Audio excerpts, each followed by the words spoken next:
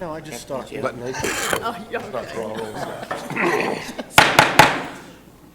Good evening. I'd like to call to order this workshop of June 24th, 2019. First, we have an executive session to discuss economic development pursuant to 1 MRSA Section 405, a proposed TIF, North River Road Apartments. Do I have a motion? So moved. Second. Motion for Councilor Forney, a second for Councilor Hayes. All those in favor? Abstain? Object? None being, we now stand in executive session.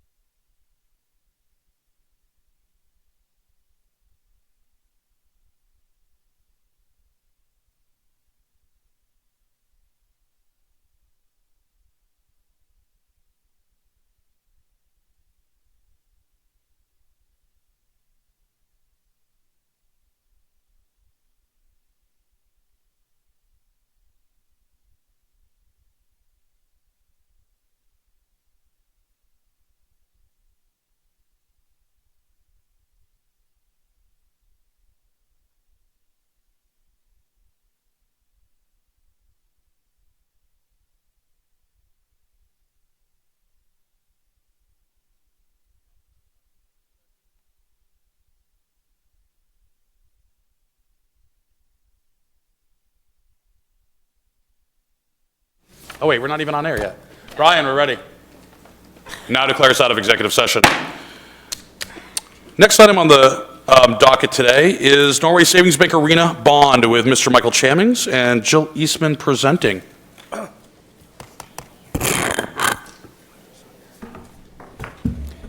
I was told I could stay. I don't like it. Good evening, Honorable Mayor and council members. This is a subject, the order for to authorize the finance director to issue the general obligation. I can't hear you. Is this better? Yes, much better. This is the order to authorize the finance director to issue general obligation bonds, basically to pay for the Norway Savings Bank Arena. We've been looking at this for several years. It's been advantageous for several years to move forward with it. We're at the point now, we've shared these numbers with you in executive session, I believe twice. They've been narrowed down. So after dealing with Mr. Schott, who has generously offered to donate basically $593,000 to the town off of the principal, because we owe him $7,593,000, and we'd be looking at bonding $7 million. So looking at the life of the debt service, where the savings is listed out from $12,662,000 from $15,194,000. The $593,000 that would be donated by Mr. Schott cuts also another $249,000 off the interest at 3.75. So this is basically a procedural workshop. You're familiar with the numbers. Right now, we're assessing the building at $5,956,000. The total we owed them would be the $7 million be bonded. George would be picking up the rest of that to pay that bond out. And then I believe in October that would go out the bond, but Jill knows that better than I do. This will be combined with the city's annual CIP, so we'll have one issue, which also helps save us money on, we won't have to have the rating agencies twice and all of that, so it'll just all be put into one. Well, can you give us that total, please, a rough estimate on what that savings will be from an administrative standpoint, the bonds themselves? No, I'm sorry, this to save, so we only have one rating versus two? Right, it's about $40,000. Annually? Just for those two ratings that we have. And that 40,000 will go away? Yes. Under this scenario? Yeah, because Okay, we thank only you. need it one time. And so we will get our money, we usually get it around the end of October. So we'll be able to pay Mr. Schott at the beginning of November. Okay. Which he's okay with. I mean, So, and just layman's terms, and if I could, just to help alleviate any questions before they arise, and let's ask Mr. Chamings and Ms. Eastman some questions. We're basically looking at, again, layman's terms, refinancing from the current loan provider of the arena to a new loan provider for the arena, plus getting a $595,000 discount off the principal from the existing mortgage holder, Mr. Schott in this case. So what we do is we lease the property that has a mortgage. We pay as the lease the mortgage plus a point above that mortgage, which can change every 5 years, which is up right now. So there's a point made off it. So basically right now, we pay an extra $70,000 because of a 1 point on $7 million. And we would be refinancing that into our own bond at a lower percentage, and then no point markup, minus the donation of the $595,000. So we're refinancing this in one of two scenarios, a 20-year bond level principal, 20-year bond level annual P&I. Under scenario one, we'd be looking at around a $605,000 annual payment versus current $506, but that's to go up, Mr. Chairman, as you said, by $75,000, correct, with a readjustment this year? It depends on what his rate came in when he put it back out. that's just 1%. Yeah. Yeah. Okay. Saving $2.9 million over the lifetime of the lease/loan. Scenario two brings our annual payments to $498 and saves $2.5 million over the lifetime of the loan. Correct. And we're cutting 5 years. Cutting 5 years of payments and hence the 2.5 or 2.9 respectively. So, and again, in kind of our simple analogy here, we're refinancing our house with a better term, and we're getting a discount. We're getting $590,000 wiped off the principal.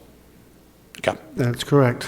It's Plus, we're pretty- saving $40,000 a year, that right to the bottom line that we don't have to spend on the additional bond ratings. So that's another savings. Okay. Okay, council, questions? Councilor Hayes? I guess, right now, we're leasing, not bonding, Right. right? We have a What- 30-year lease. Right. And it's like a mortgage. So we're paying the interest up front, and very little on the principal like you would on a 30-year mortgage. With the bonding, depending on which way we go, if we go level principal, then we have a flat amount of principal every year for 20 years. The interest goes down as the principal gets lower. The level P&I, we pay less on the principal, we pay a little bit more in interest over the life, about $400,000 over the 20-year life. But it keeps the payments pretty much equal the whole 20 years. Right. I guess the reason I was asking that question, to have bonded this at the beginning, we'd have to go to the public.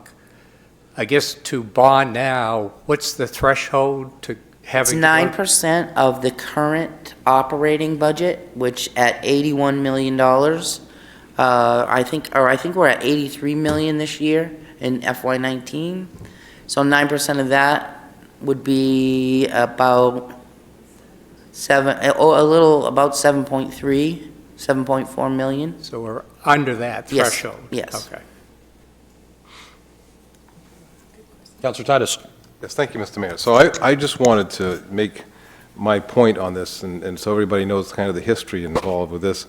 I was one of those that was skeptical of the ice arena when it was first proposed. There was an agreement that was made that if we went into a lease agreement and we ever wanted to get out of it, there was a buyout of $1.5 million and a lot of heartache, and so some that were opposed to the arena at that time might say we shouldn't be bonding because we're throwing that away. I can understand your feelings, but I just want to say that I don't think this council or any council in the near future is ever going to decide to do that, to take advantage of our opt-out of this lease, because it's too valuable to the community as it's turned out to be so far, even though it does cost us money. We have to understand that it does, but it's still been a value to the community. So in light of the fact that I don't think this council or any other council in the future is going to decide to close the arena, this is the very best thing we can do, and it'll save us a ton of money, and that money can go to offset the school bonding over time, because there's going to be a lot of money there. This probably scratch that surface over time, but it at least helps. And so I think it's a great thing to do, even though, the history, some might think that we're closing the door on an opportunity. We really aren't, because I don't think that opportunity will ever come about in the future. So I'm in favor of this, and I think it's a great thing to do, and I thank Mr. Schott for, working with us and giving us a reasonable bond. I will say that's probably the largest financial contribution in a generation to the city of Auburn. I don't remember anything else as large as $590,000 being gifted to the city. So that's pretty significant. And we want to keep in mind that the property that's probably near $1 million, it was a gift to the city also. Right, the Thank you. land. That's Gave right. us that as well. That's great. Any questions on this side? No, the Councilor only Forney? question I have is that I know that I've heard from one constituent saying, please don't vote for this, but my thoughts are, how do we explain to the public, taxpayers, that this is a good deal when they take a look at how much we'll be paying, but it will belong to us. I mean, we're not giving it back, so we will have put all that money into this, and then, we end up with not owning it.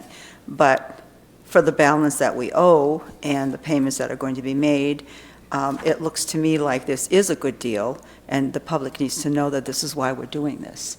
So I just want to make sure that those who are concerned about the upcoming costs for the new school, that's what's scaring them, because they think, okay, here we go, now we're going to bond again, we're going to buy something else, and it's going to be more added on to our taxes, but we're going to be paying that anyway. Yeah, it's- we're actually paying $507,000 a year right now That's right, for the lease. And so this is a little bit less than that. Yes. If we do the level P&I. Yep. So we're not adding anything to the budget. right. Yeah, I'd like to, that's a great point, Councilor Fournier, and this is how, when this whole process was evolving with us, the direct analogy is, and I mean, ask the council, how many councilors have ever refinanced their home? Ever refinanced their house? You refinance at better interest rates, some other financial incentive, either to save money monthly or save money long-term on the term. This does both. This is just like the majority of Auburn residents have done personally, is refinance their house. Even especially if they had a house that was a rent-to-own. It's probably even a better analogy. So this is great. I'd like to thank everybody involved on this. Is there any last comments or questions? Because I think I'd like to ask Mr. Chamings to talk about protocol here on the next step. Mr. Mayor. Councilor Titus? Just one question I had was, Okay, I'm right back. oh, go ahead, Councilor. Councilor Young? Okay.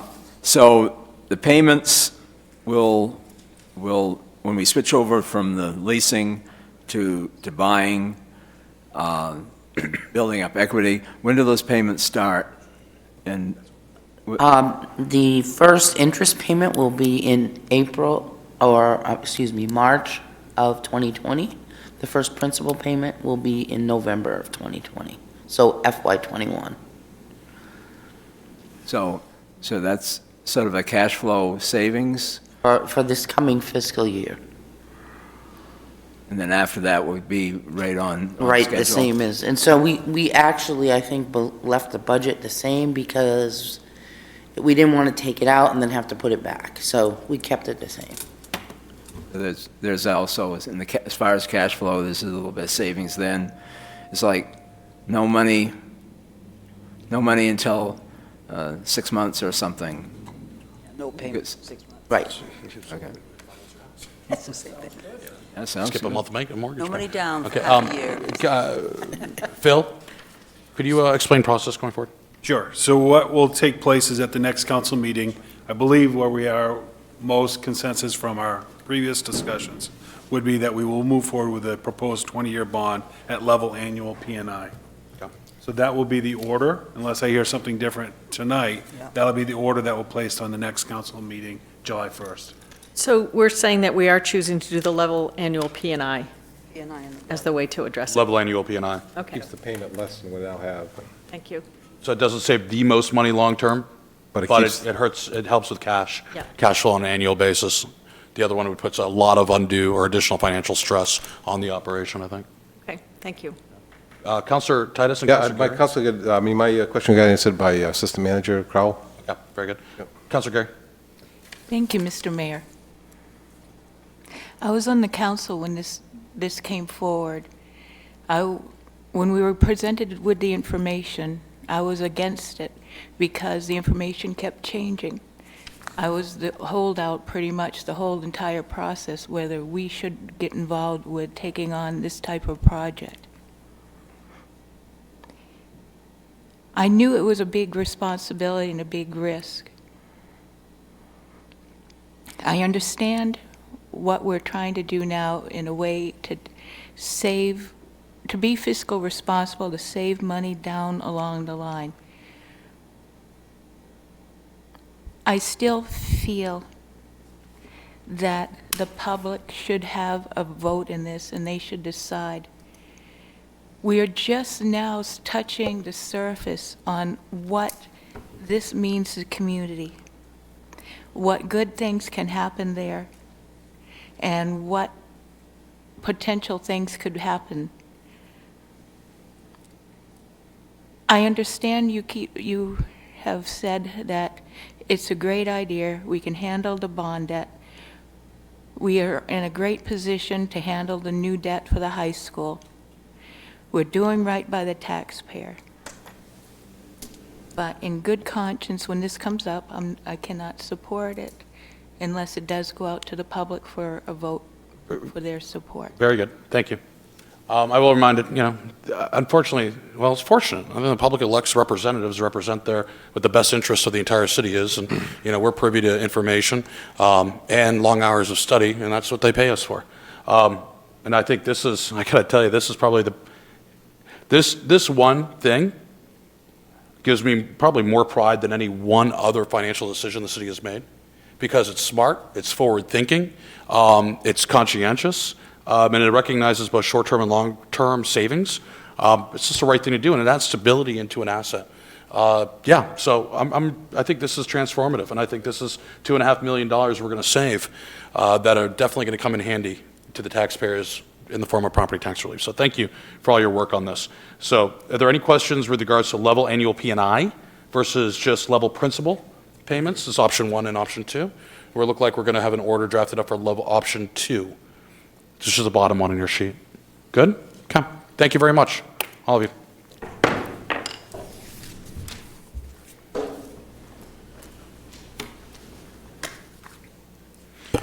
Next, we have Mr. Zachary Lenhart to give a presentation on the citizen participation plan for our community development block grants. Mr. Lenhart, welcome. Thank you, Mayor and Council. Today, I'm here to do a quick rundown of the citizen participation plan for 2020 to 2024. We are going into the 5-year consolidated planning process for the CDBG and home program, and one of the first steps on that is adopting the citizen participation plan. The citizen participation plan in front of you is very similar to the one adopted 5 years ago. The most substantial changes, besides just some grammar and wording, is in Section C of the Citizens Advisory Committee. Originally, or not originally, the last plan called for the committee to be made up of 20 residents, I believe, and we just were not getting that much participation. I consulted with the current advisory committee, and pretty much everyone is in agreement to reduce that number. We believed 11 was a good number, and we reduced the categories of people, the numbers in those, to add up to the 11. The other big change was to do it to make the appointment from a 5-year term to a 3-year term. The 5-year term just seemed to be a long length of time that we'd have people, move out of the city or get different commitments. It was hard for people to keep a 5-year commitment, it seems like. So, and then also that 5-year commitment, everyone's term ended on, this time, everyone's term ends June 30th, and we need to re-up the whole committee. The other suggestion I would say would be to make it 3 years from the date you're sworn in, and hopefully we would see eventually there'd be kind of a rotation of people so that not everyone's term ends on the same day, and we need to recruit a whole committee all at once. That's really the big plan. I hope to soon to be on a workshop to discuss the 5-year planning process in its entirety, but right now I just want to focus on the participation plan. So if anyone has any questions about it, I can answer those at this time. As Councilor Ozani, you're the chair of the CDBG group. Thoughts? Yeah, this is what we spoke about. There was good conversation about it. There wasn't a lot of pushback from this. The biggest thing was asking people to be on something for 5 years and sort of what's the reasoning behind that. And part of it may have been that it was connected to participating through the whole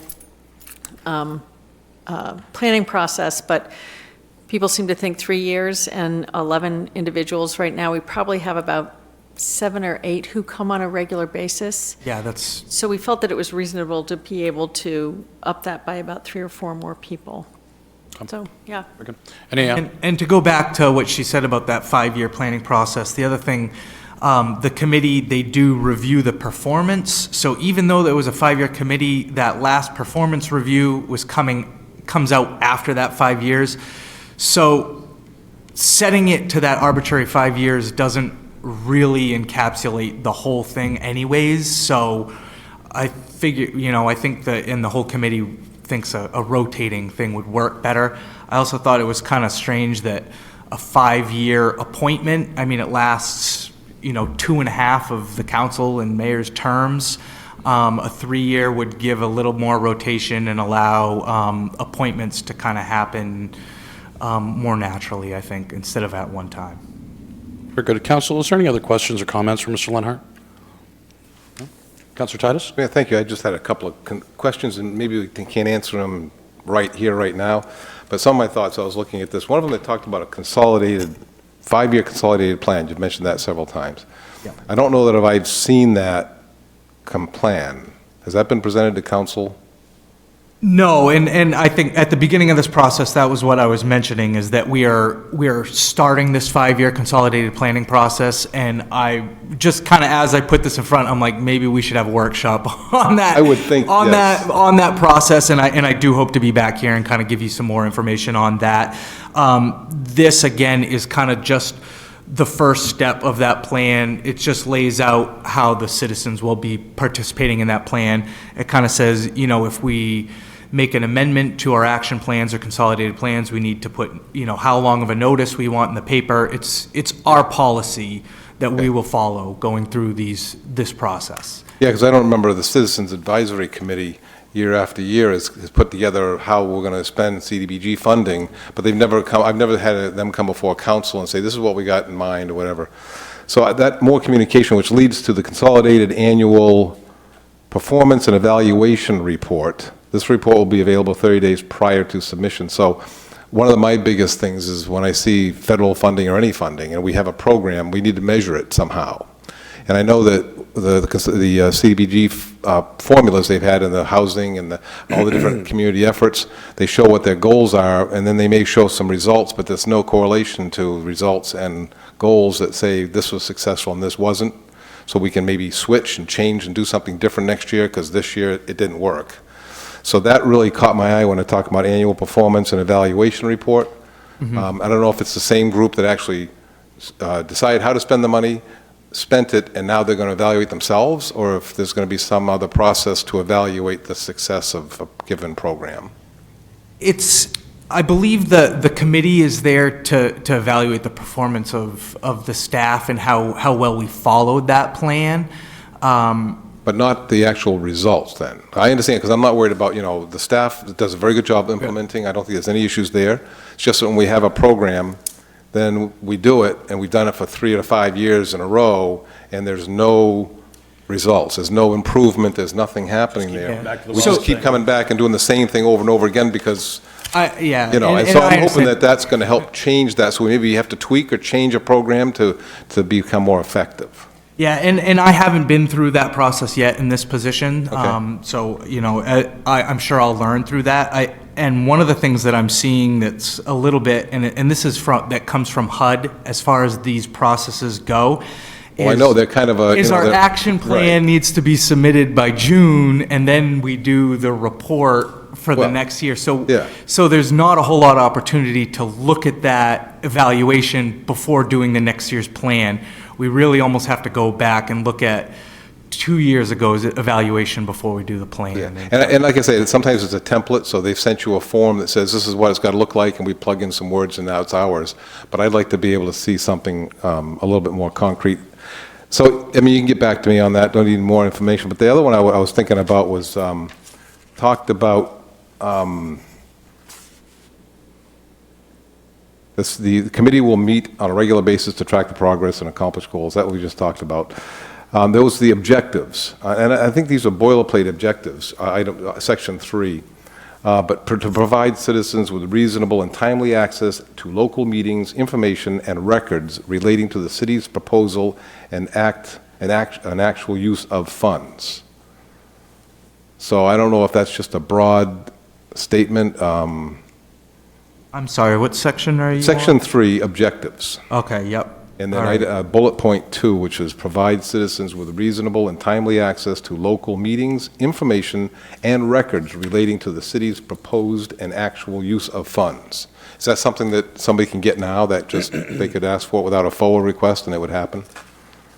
Yeah, if they, I guess, a specific question, if you want some information or our guidelines or things like that, we have those things. And that's part of this citizen participation plan. If you look through that, again, those bullet points, like you said, that's what HUD says we need to address in our citizen participation plan. And availability of documents, I think it's a quick thing, like our guidelines. It says contact our office and we can provide some. Yeah, so there's a method there, because that to me is very important, have people having access to the information when they want it. And the last item that I'll for the floor to anybody else is that same objectives, the last bullet point, do we have a plan that to provide for meeting the needs of non-English speaking residents and persons with special needs for accessibility or communication assistance at public meetings where a significant number of people are expected to participate? Do we have a plan? I don't remember that needing to be happened in the past, at least not in my tenure, but is it something that we have a plan in place, so should that be an issue, we don't have to scramble? And I think that should be ready to go anyway for those two groups of people, but... Yeah, I mean, that could potentially be difficult. I think It could be if we don't plan ahead. and you know, it may be hard to find all the myriad of different accessibilities and plan for all of them. I think, you know, translators would probably be the one that would be the most at the top of the thing. Have you ever had any issues in the past? I haven't. Again, No. I've only been in this role for I know, a few but it's years, just something we need to be We did prepared for make- we- because things are growing. We did make a change, though, because originally it had said many people in this community are French-speaking, and we changed that just to say there are many English language learners in this Correct, community. absolutely. So we did make that change. I think that Okay. was the main thing that came Yeah, up was. there was a thing that said we'll have someone available that can speak French. I changed that to, well, I took out all the references to just French, and I put translator would be available upon request. Okay, so that would be the only thing that I see as long as we have a plan, because like I said, I don't want to have a big meeting come up and then we're in trouble because we weren't able to provide what we needed to in that situation. The other thing I'll mention, Councilor Titus, you talk about evaluation, and the way that HUD evaluates this is maybe not the way that you're hoping the individual programs to be evaluated. I think that's something that we can talk about, and what are the resources that we would have access to be able to actually evaluate the outcomes of the garden program or something else that we do. So I think we can talk about it, but again, HUD's not providing us resources to be able to do that level of evaluation. I think it is important, and it would be great if they would. It is. We have one, It's worth a one of them discussion. that brought up, that had talked about helping people out of poverty. It's one of them. It's rather a large subtitle of one of the things we do. But I don't know of any real feedback that's come through, data to show that what we're doing is actually effective. I mean, we see little areas where we've helped, and I definitely want to help. Yeah, But if so the the objective is to lead people out of poverty, I'd like to see how that's actually doing. I that. think, So- yeah, and the evaluations we get, like Holly said, is you know, specifically on that, our anti-poverty strategy is helping out with subrecipients, and they report back to us with like the number of people that they've assisted, and that's what gets into our evaluation. It's But the number of more people that have gone, quantitative than right. qualitative. Some You that know, have we gone know out of it, yeah. Yeah, we know the numbers of people that were helped. You know, we don't get a figure of how much their income grew or anything like that. Let's do this. Because you're going to have a very quick turnaround on a 5-year CIP plan. If you could spend between now and then, along with Phil's assistance and whomever else's assistance, and Holly's, of course, looking at some quantifiable data on what has happened in the previous or the current 5-year plan, previous 5-year plans, as well as regular annual allotments, and kind of report back to us a little bit on that, so we can have a better grasp on what we're listening to, and and actually feel good that we're getting some sort of benefit from the monies that are being spent. Fair? Yeah. Yep. Thank you very much, Mr. Lenhart. Yeah. Appreciate it. Next, we have a presentation by Phil Kroll and Sue Clements-Delaire to talk about, ready? Councilor Hayes remembers this one from 15 years ago, the Charter Commission, or our charter, I should say. You were on the Charter Commission. Thank you, Mayor and Council. As the mayor just stated, in 2005, the current charter was adopted by the voters, November 8th, 2005.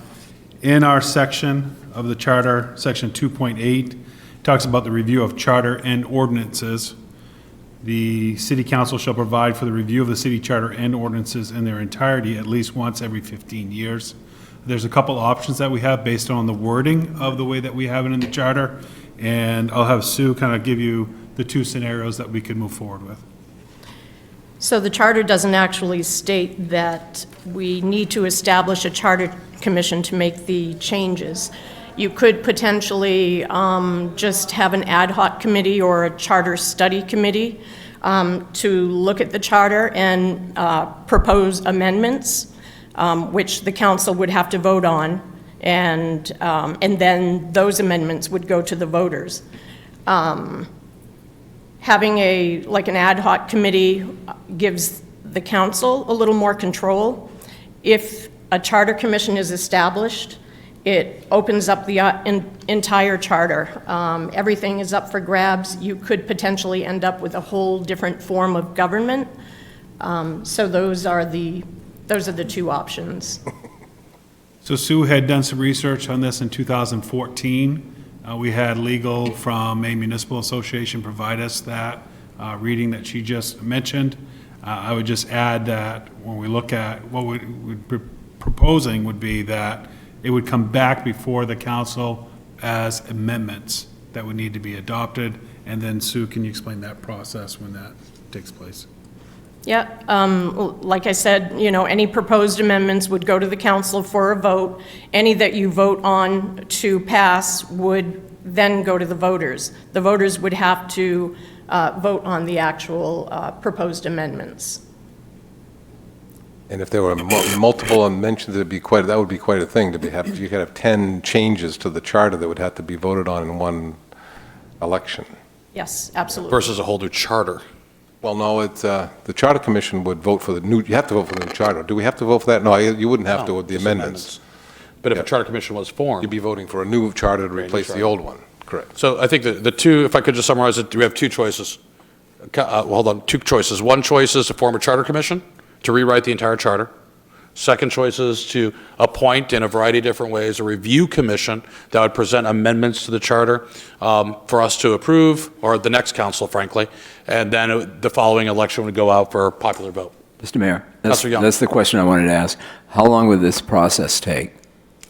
It could take as long as you determine. So you could, just like we do currently with ad hoc committees, you would give them their order. They would then need to move forward. Now, there is a process that Sue has to follow. Once you vote and accept that order for that amendment change, then when that has to go before the voters for acceptance, there's a certain amount of days that need to take place on that. So is it realistically that we can accomplish this before the end of our terms? No. It No. depends. My question, both to the council and also to city staff, is, are there any red flags? Are people seeing that there needs to be a complete overhaul of the city charter?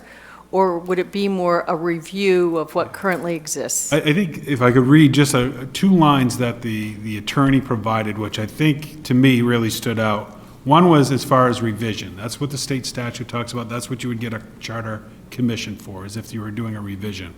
A revision implies a re-examination of the whole law and a redraft without obligation to maintain the form, scheme, or structure of the old.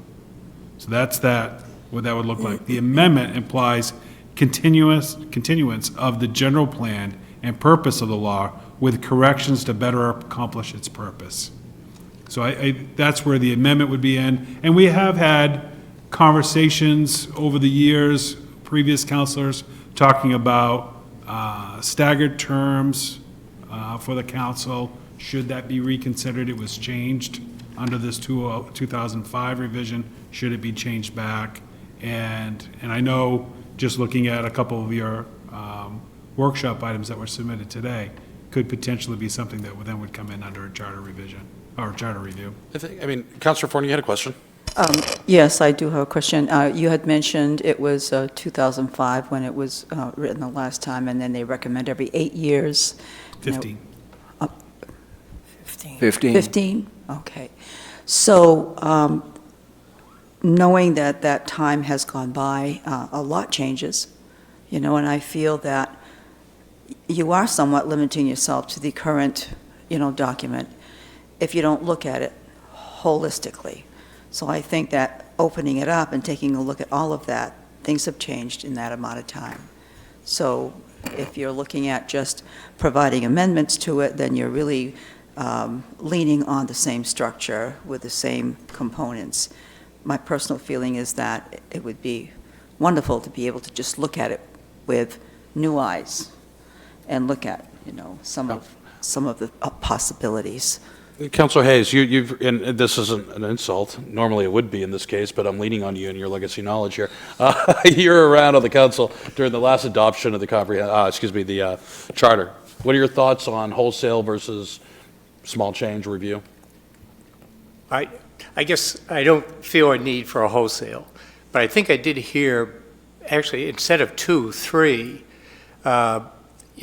commission looking at entirety, or council looking at it in-house, or I think going to the council setting a committee. Yeah, a committee. I don't think we talked about the council actually looking at it and reviewing it, but versus a council-appointed committee or an ad hoc, which I wouldn't feel comfortable in this late in this 2-year term to have a mayor's ad hoc, because I don't think a mayor's ad hoc should ever extend past the initial term of the mayor. I think what was valuable back, as I remember it, and actually, I don't think I was actually on the council. I think maybe at the time I was more on the planning board. But they looked at all the various committees. So it was important to have people that had served before, people that have been in the community and had, watched the council and other committee work and so forth. So I think it was important to get some outside eyes, but not to rewrite the whole charter, but recognize those things over time that have been questioned, and just to, bring them back to the surface at one time, have them reviewed, and get some input from across the community. Any other comments on this? Mr. Mayor, I was going to say, Chief Kroll, when you were Chief Kroll, some of us spent a lot of time looking at both the Lewiston and Auburn charters and comparing them and looking for what kind of best practice seemed to come out of them.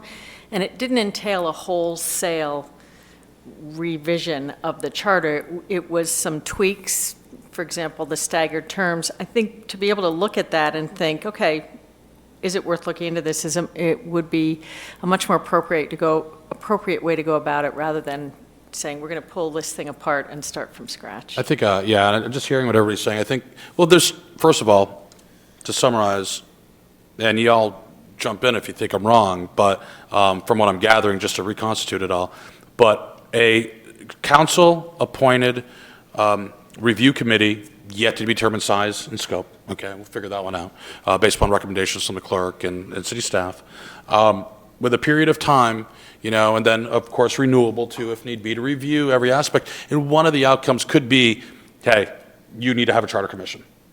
We need to go start and do this again. That could be an outcome of this review, correct?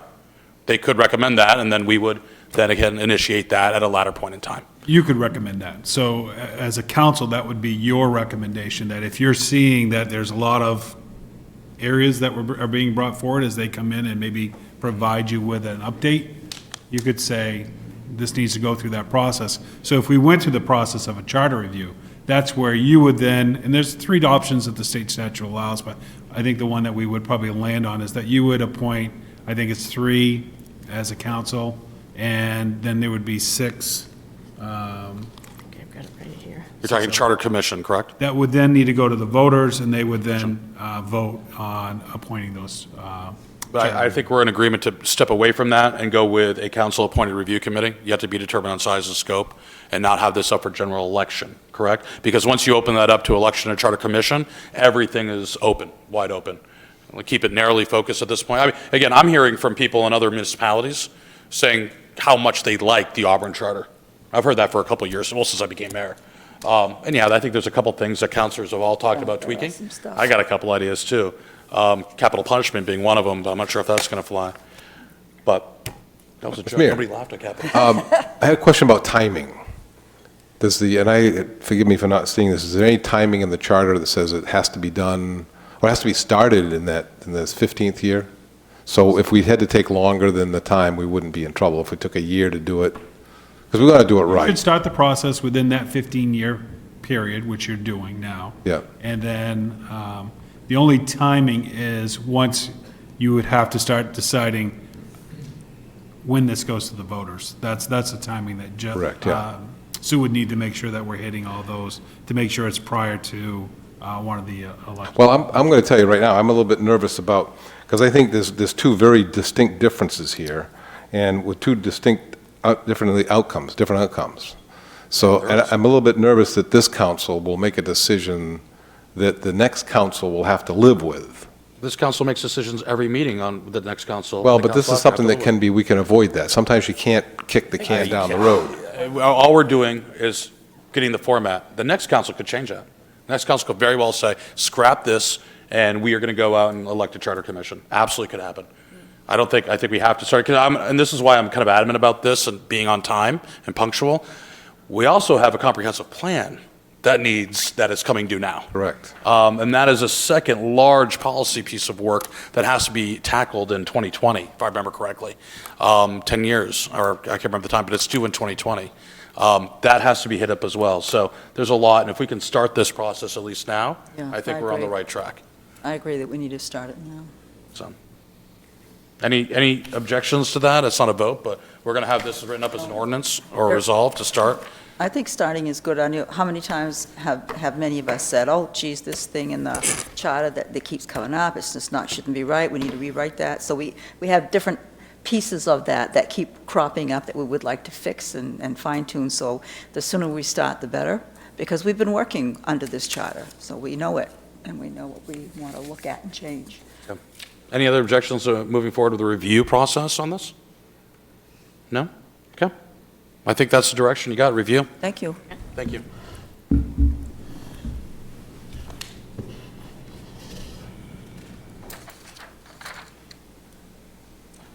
Next, we have an executive session on a personal matter pursuant to 1 MRSA, Section 405. Do I have a motion?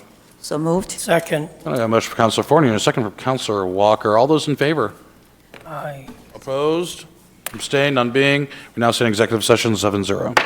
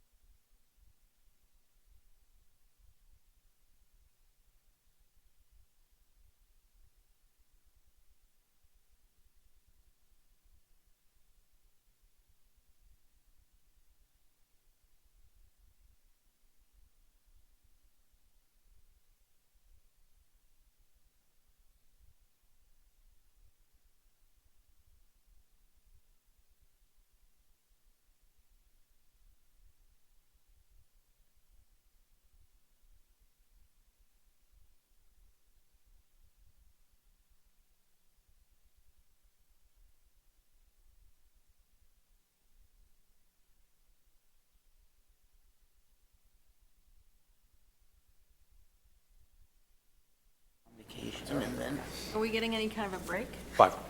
Now declare the council out of executive session. Workshop, we'll be at about 5-minute break before our normal city council meeting, so everybody take a break. Thank you.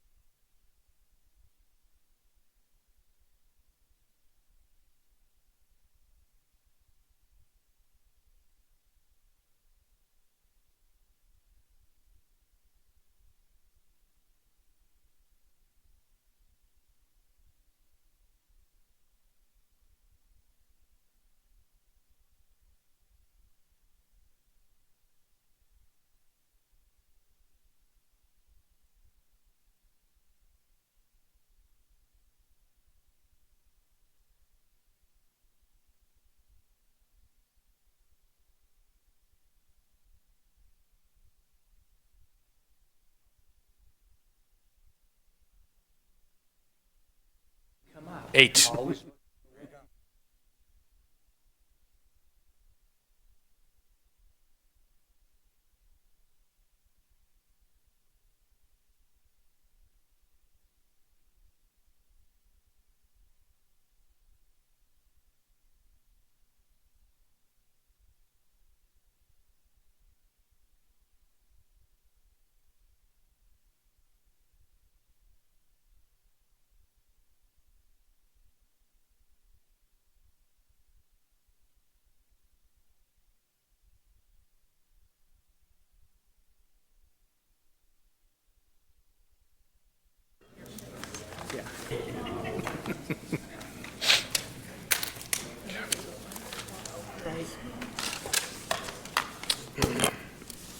Good evening. I'll now call to order this meeting for June 24th, 2019. Please join me in the Pledge of Allegiance. I pledge allegiance to the flag of the United States of America and to the republic for which it stands, one nation, under God, indivisible, with liberty and justice for all. Thank you. We have the minutes of the June 3rd, 2019 regular council meeting. Are there any corrections to the minutes? None being, I'll entertain a motion at this point to approve the minutes from the June 3rd, 2019 regular city council meeting. So moved. I have a motion from Councilor Forney. Do I have a second? Second. Second from Councilor Walker. Show of hands, all those in favor? Opposed? None being, minutes are approved by a vote of 7-0. Next, we're going to move on to communications, presentations, and recognition. So, first off is our Spirit of America Award. And let me just say some words on this one. And then let me announce the winner. Actually, I'll have him stand up. I got this. Mr. Pelletier, could you come forward?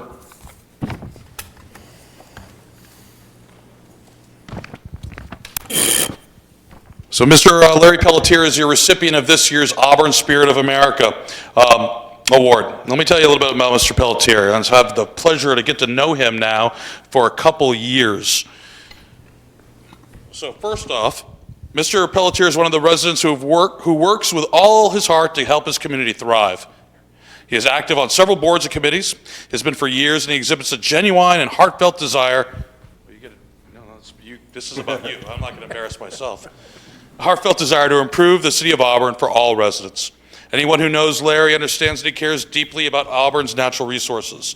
In fact, he can often be found picking up litter from the streets and parks on his many walks.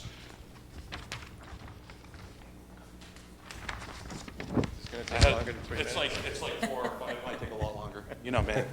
A recent Sun Journal article about Larry read, for nearly 30 years, Larry Pelletier, a former school board member and current New Auburn resident, has been on a crusade to make sure the city's public parks and walking trails remain free of trash. Well, Larry is passionate not only about the trash, but he's made it his mission to encourage pet owners to scoop up after their pets. Even working with city staff to create a Do You Scoop pamphlet that he circulates every chance he gets, which I'm hearing is like great reading amongst first and second graders now. Larry Pelletier has a wonderful relationship with city staff. He's supportive, enthusiastic in everything he does. He shows up for countless city council meetings and participates when his heart moves him to do so. Larry is thoughtful, patient, persistent, driven to protect and beautify his hometown. And his love for Auburn and for his neighbors is truly something to behold. He embodies not only the spirit of America, but the heart and soul of Auburn. So in appreciation of his deep and abiding love for this community and for his tireless commitment to its beautification and betterment, the city of Auburn is honored to recognize and congratulate Larry Pelletier, recipient of the 2019 Auburn Spirit of America Tribute for outstanding community service. If you could, please all join me in thanking and honoring Mr. Pelletier.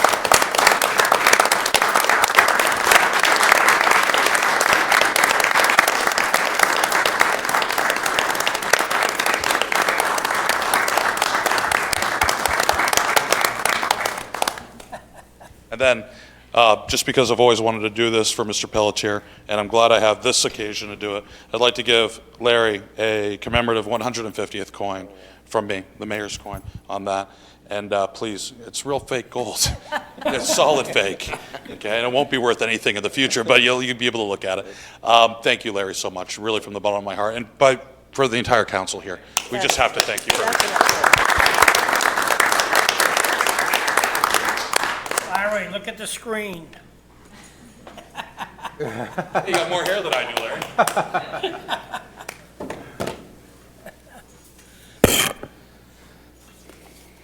Larry. Next on the agenda, I'd like to actually welcome some communications from the Boys and Girls Club of Lewis and Auburn. If you could come up right here, and we'd love to hear what's going on.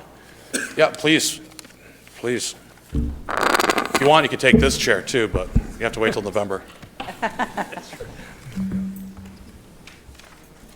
Well, great. Thank you very much, Mr. Mayor, members of the City Council, Deputy City Manager Kroll, and members of the City Department staff that we work so often with.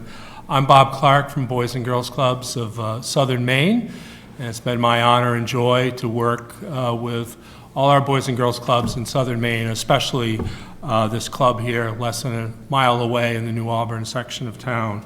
I'm joined tonight by Mara Moody, who is our very talented club director for the Boys and Girls Club of Auburn Lewiston, and she, in just a few minutes, is going to give an update on all the great things that are happening at the club this summer and maybe a little bit about year-round.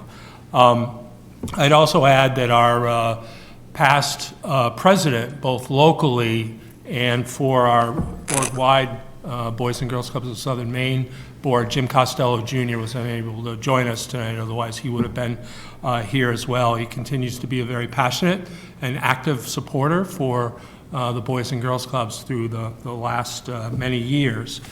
We thought, and we recently had a meeting with City Manager Crichton and Assistant City Manager Kroll, and the suggestion was made that it was time for us to maybe come and share some thoughts about what we're doing with the Boys and Girls Club in New Auburn with the City Council, and thanks to Phil for taking care of the logistics of all that.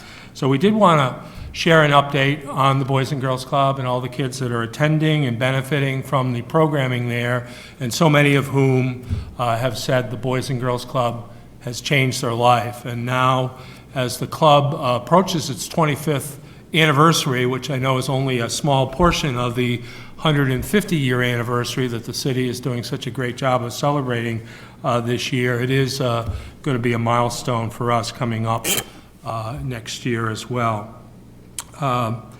So anyways, I want to start with a thanks, in fact, a big thanks to the City of Auburn, as embodied by the representatives and staff members here today, for really helping to make the Boys and Girls Club possible in the very beginning. It was truly a magical combination that came together of city representatives, including a couple councilors, the Parks and Recreation Director. In fact, Norris Ingersoll was the first person to contact me about a Boys and Girls Club in Lewiston, Auburn, knowing that I was affiliated with the clubs in Greater Portland and so forth.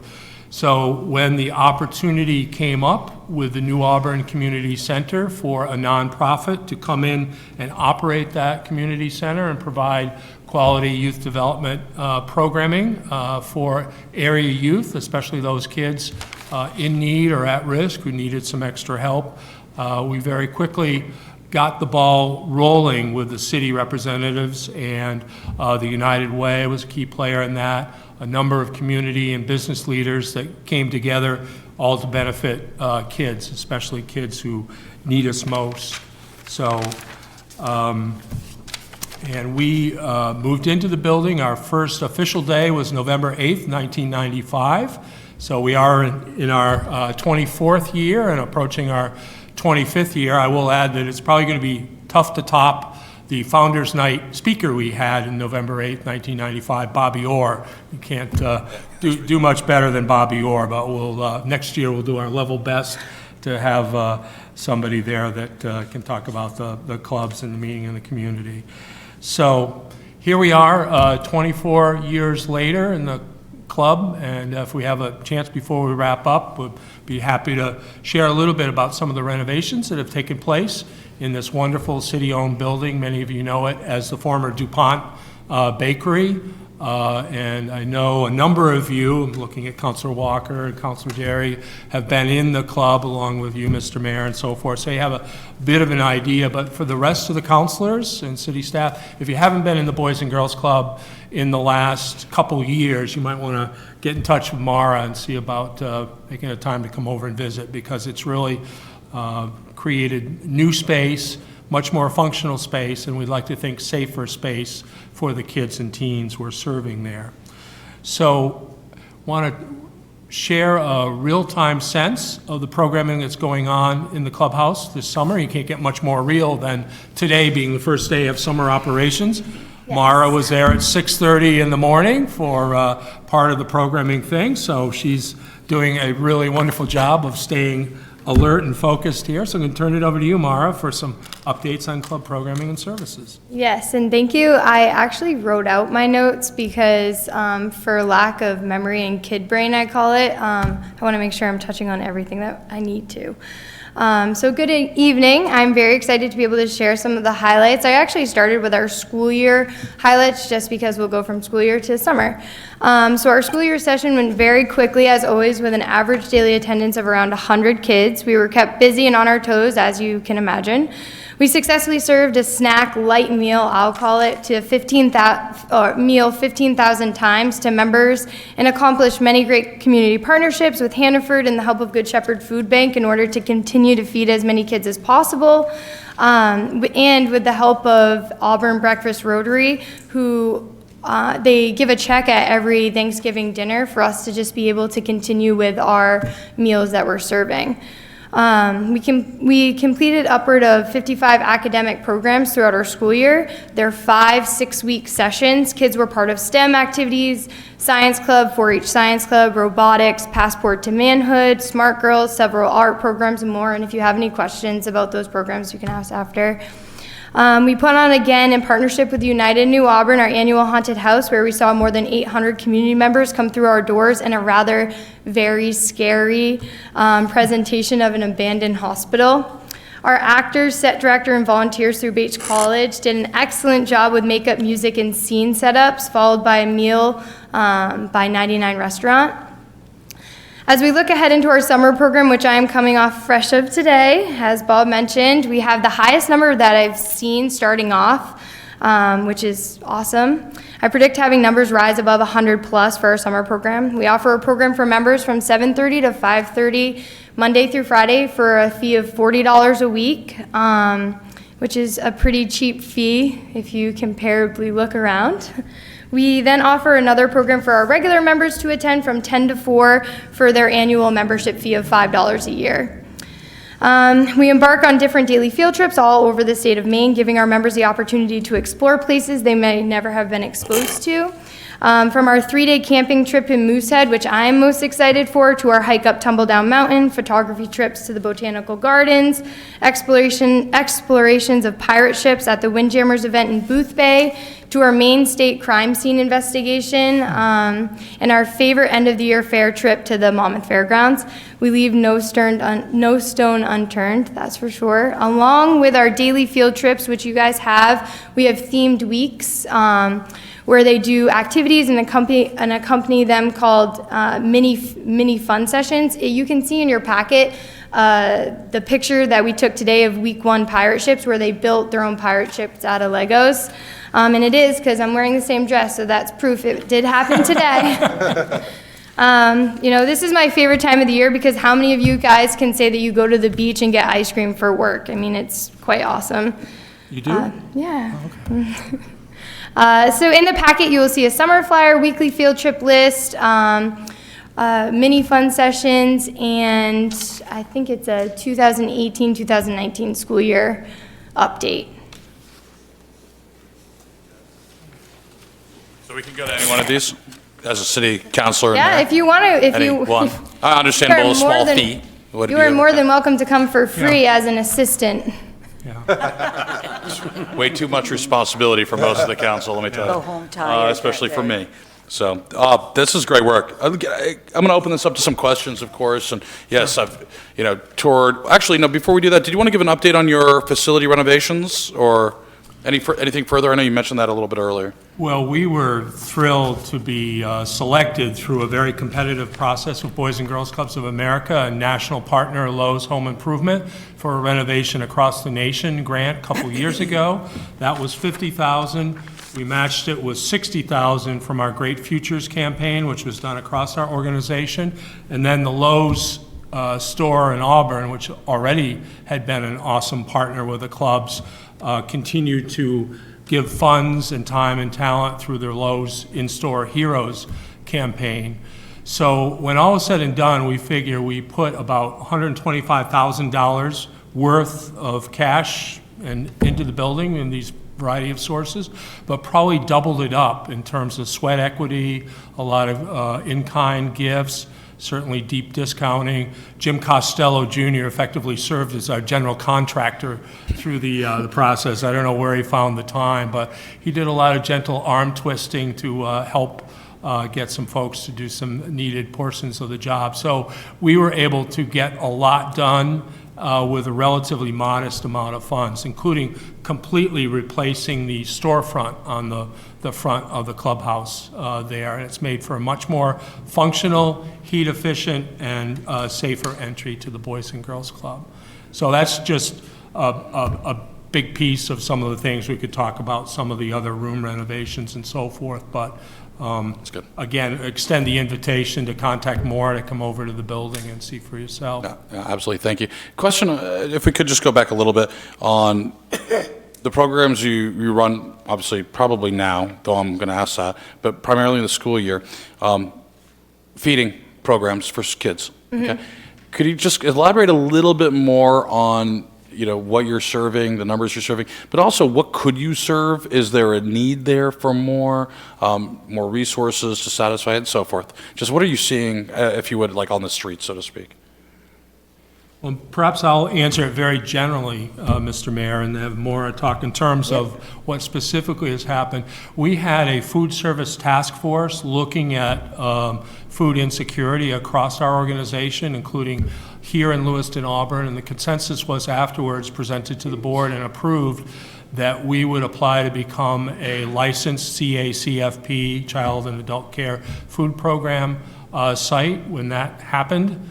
This spring. In fact, Auburn Lewiston was the club that stepped up as the pilot site just to try some of this, because we've been doing a good job, and Maura referenced Good Shepherd Food Bank earlier, but we've not been doing a consistent enough job across the board in making sure that we're feeding kids every day with fidelity to health and nutrition and so forth.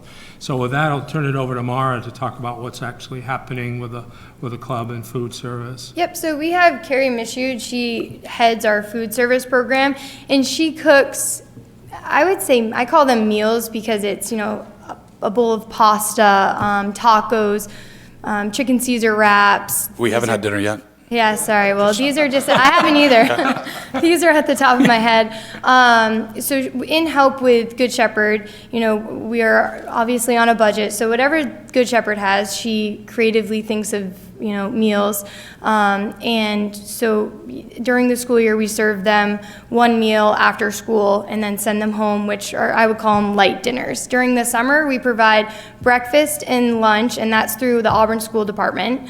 And then we have a bigger snack in the afternoon, and then a smaller snack at 10 a.m. So 4 meals during the day during the summer.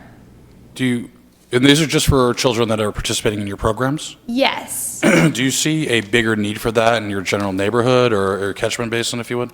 I would say that yes, we do see a larger need, yes. In fact, you were just mentioning today, Maura, that the club is an open site for the summer food service program? Do you see increases? Are you seeing more kids come in than are normally enrolled? We really haven't. I think a lot of the kids that are getting the food are already club members. So as an open site, it would serve that if you weren't a club member, you could still come in and get breakfast or lunch. But I think some of those kids are just already members. Any other questions or comments? Thank you very much for that information. Thank you for what you do for our little Anything over kids. here, Councilor Gary? Thank you, Mr. Mayor.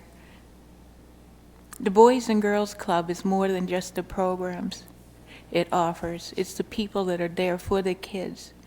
They're there for the time the place opens to the time they close, and the kids know that they're valued and what they believe and what they feel count. I was privileged to be able to go there for a few weeks where the boys that I was sort of taking care of came and was able to participate in their programs. So I learned firsthand what these kind people do and what they have to go through, and I met an awful lot of nice kids. They're treated with respect, they're taught core values, and they're taught to give back to the community. Also, at the time of the year that I was there, they had just finished a canned good drive, and there were canned goods available on the tables, so that if any kid, high school students specifically, or family needed something, no questions were asked. They could go to the table and take whatever they'd like. They'd put it in a backpack and go home with it. I was very impressed with that. And so I want to publicly thank you for all that you do. Thank you. Yeah. As Belinda mentioned, we do a Food Bank Friday where we partner with Hannaford and we go over and get just some of the food that's left over for the week, and then we put it out. I do a lot of non-perishables, so pastries, anything that can shelf life in a hotel room, that you can make dinner in a hotel room, and we give it away on Fridays for the kids. So That's great. Okay. Thank you very much. And I'd like to thank you all for everything you're doing. Mr. Clark, am I hearing correctly that are you any transition in your professional life? Just a bit, Mayor Levesque, yes. Next April. Next April? Yes. Okay, well, please, I hope if there is some sort of celebration or party, Well, come on, Miss Moody, I'm sure you're going to plan something up here for them. Let us know. Okay, we'd love to thank you. participate. I appreciate it, but as I always like to say, it's all credit the team. This is what we're in it for. It's, the mission of serving kids, especially those who need us most. And, that $5 membership fee, you all know, is a drop in the bucket, but it's really more about an investment and belonging to the Boys and Girls Club, and, letting folks like Maura and the team that you so eloquently referred to, do their jobs in the club. So we want to thank you, and again, kudos and thank you so much to the city, Deputy Manager Kroll and his team. Just been so great to work with on the renovation campaign. We really worked with the planning office a lot, and to this day, anytime we need something or a consultation with the city, you're always there for us. That's So great. thank you very Good. much. Good. Thank you very much. Have a great evening. Thank you for presenting. Thank you. Thank you.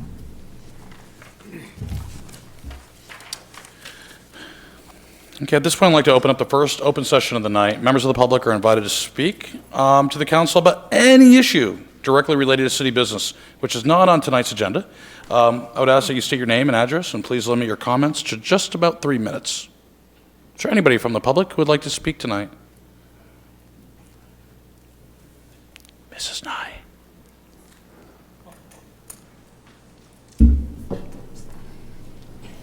Good evening, Mr. Mayor, Council, Assistant Manager.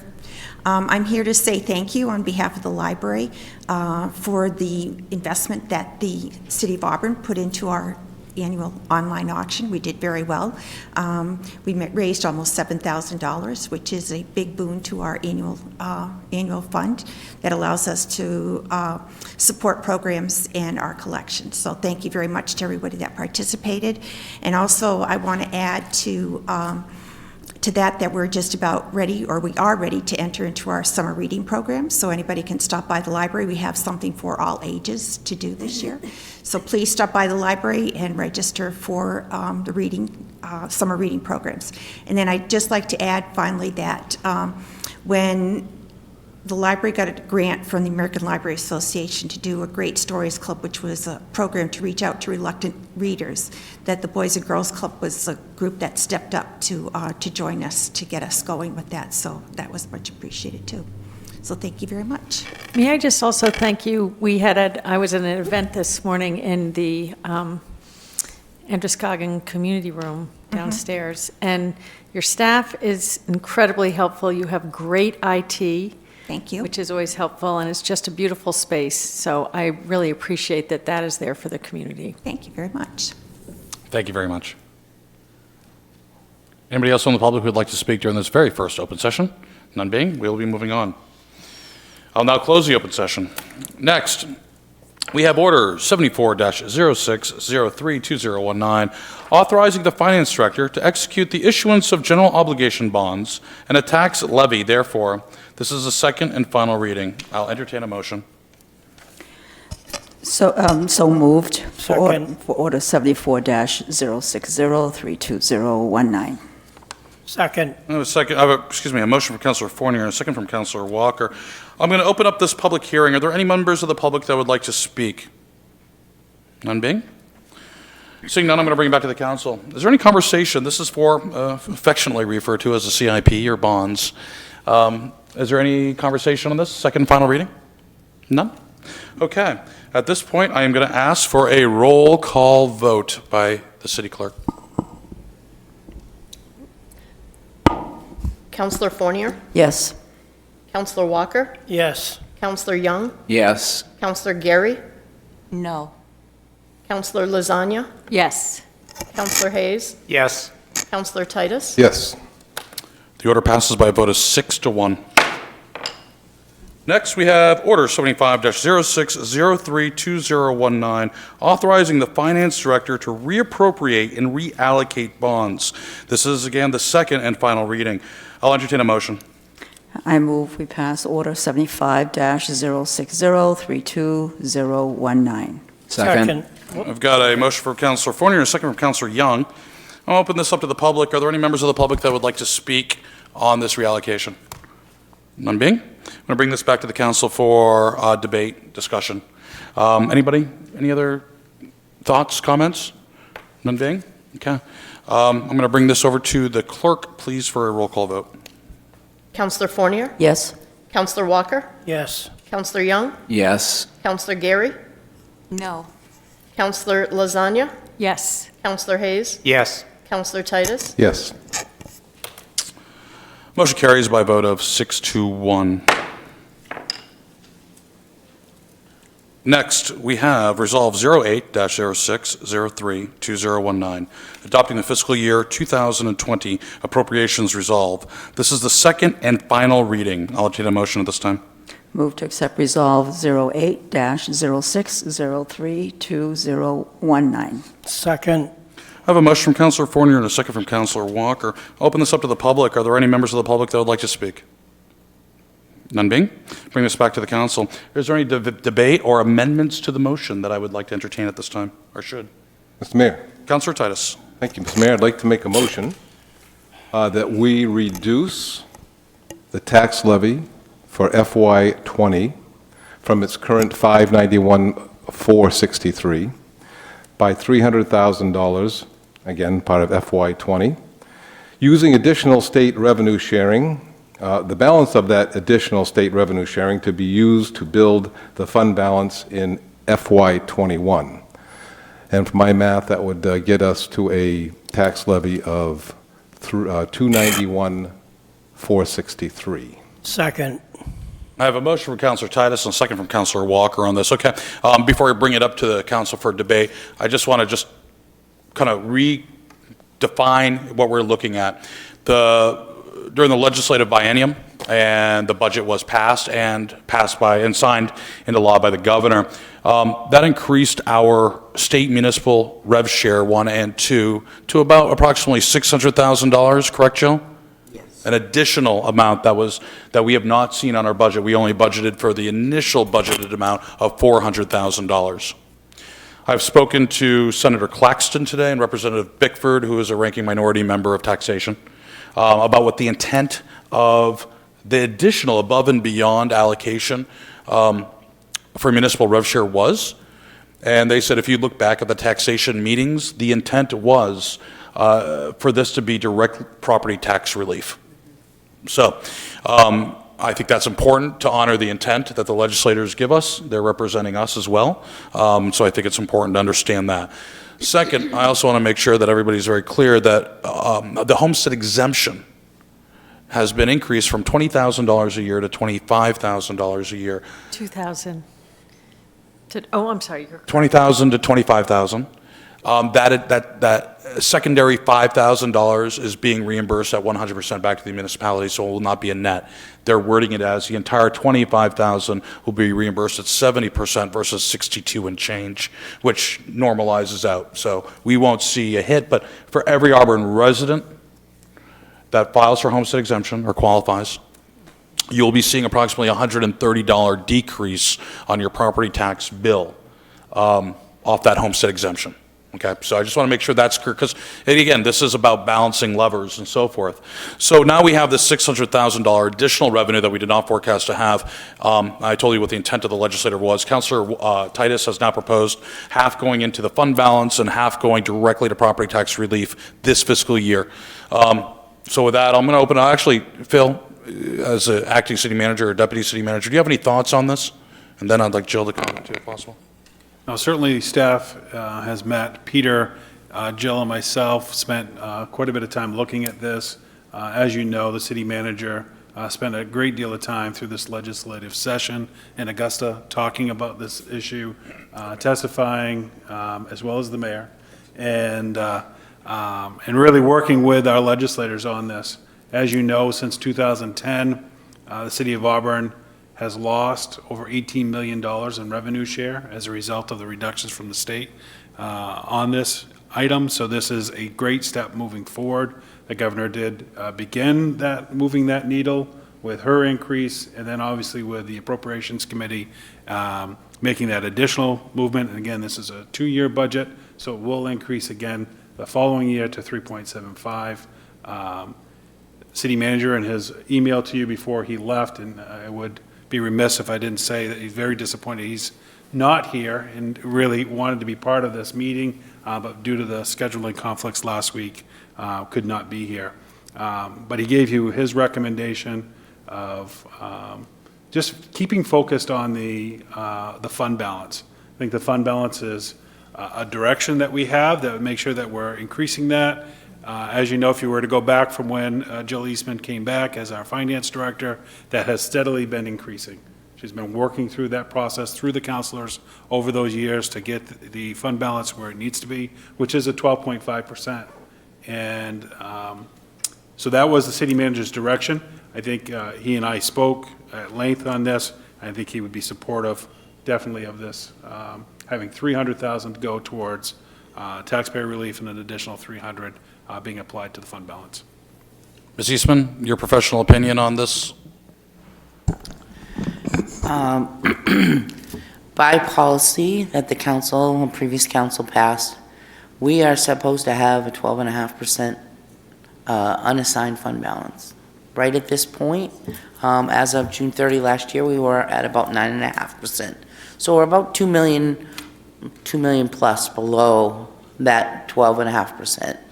I'm a little disappointed that we're not going to put the whole thing in there, but at least we are adding some. It's very difficult to build that back up, and it's an important piece. It's something that the rating agencies look at. Since we went below our policy every year, they talk to me about that. They did put a negative outlook on our rating for 3 years, which they took off last year because we are actually working towards bringing that up. So this will help that as well. So I can live with this. Okay, Barry, thank you very much. I'm going to bring it back to the council now.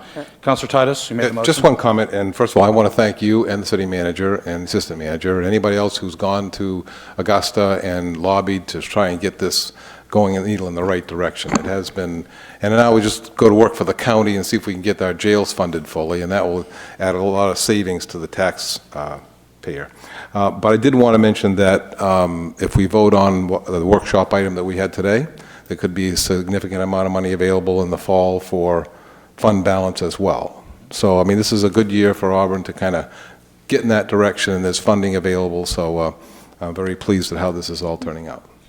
Ms. Eastman, I'm going to come right back to you, Councilor Fournier. On this proposal, if it does pass, what would our new mill rate and levy be? Or I think Councilor Titus just said it, but what would the new mill rate be, and what percentage of increase from last year's budget? Okay, the total tax levy would be $291,004, increase, $463. 15 cents on the mill rate, or 0.63%.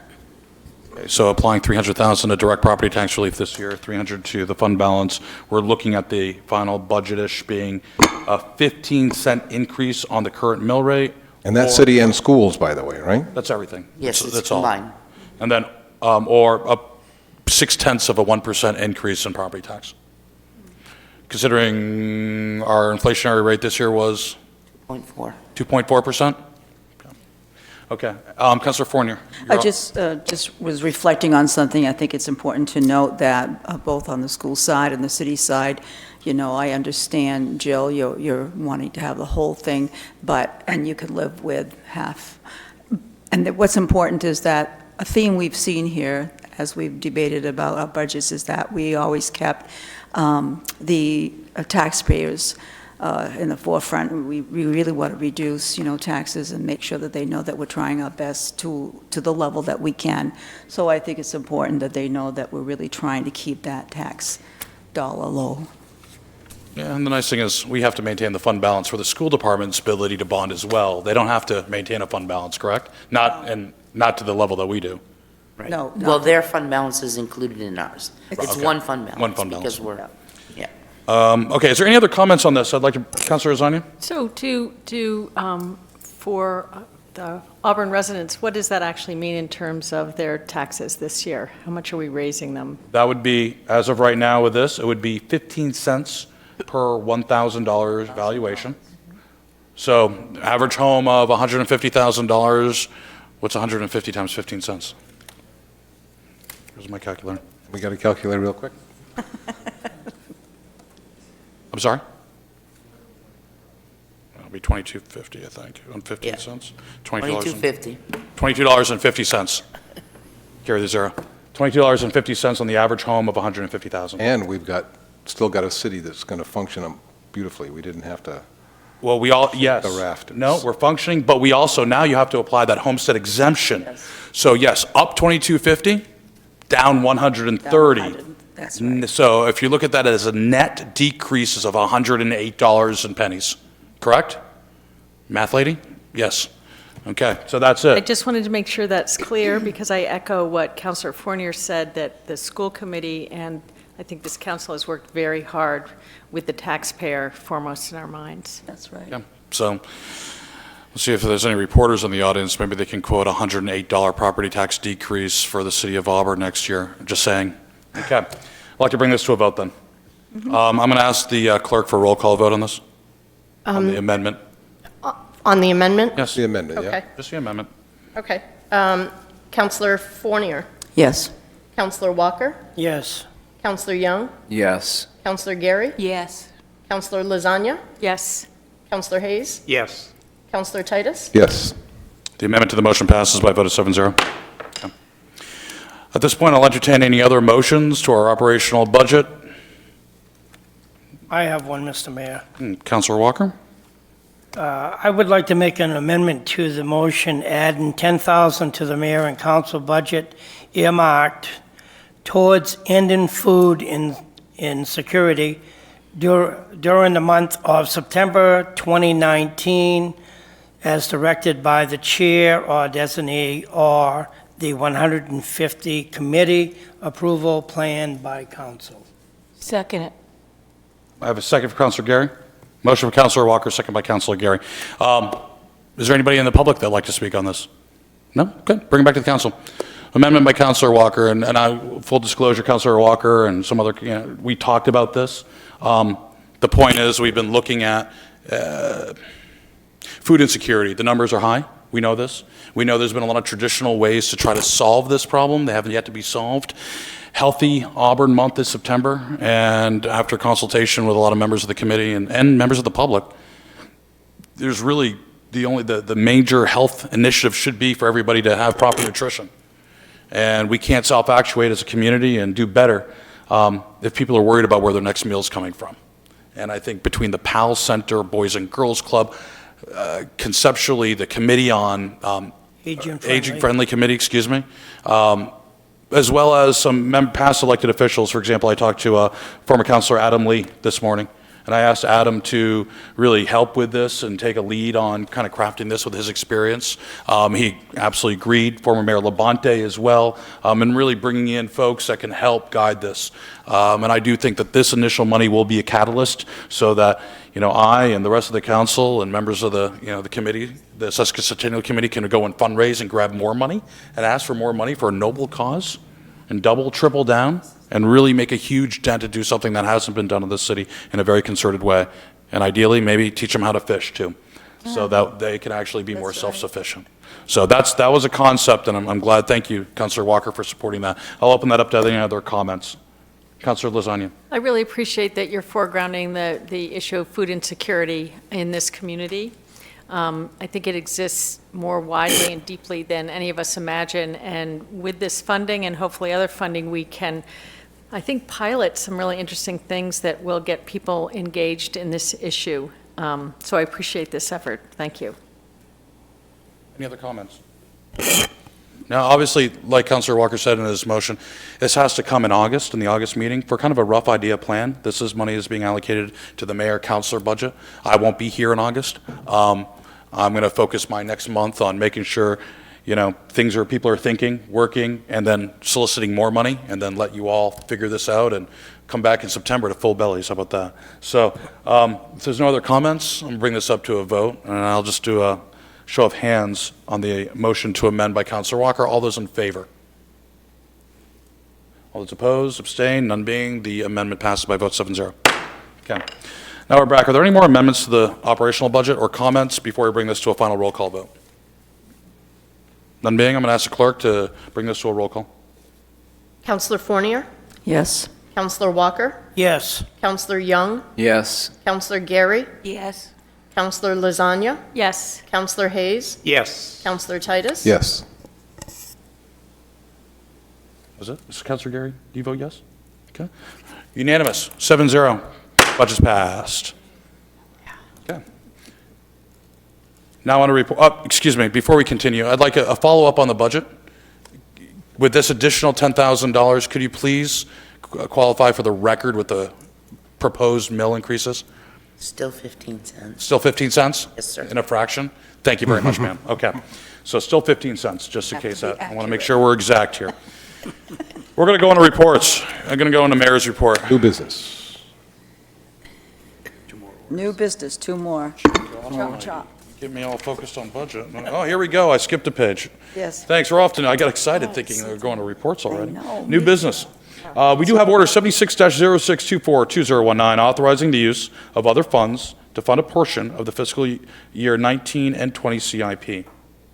I'll entertain a motion at this time. So moved. Second. I have a motion from Councilor Forney and a second from Councilor Walker.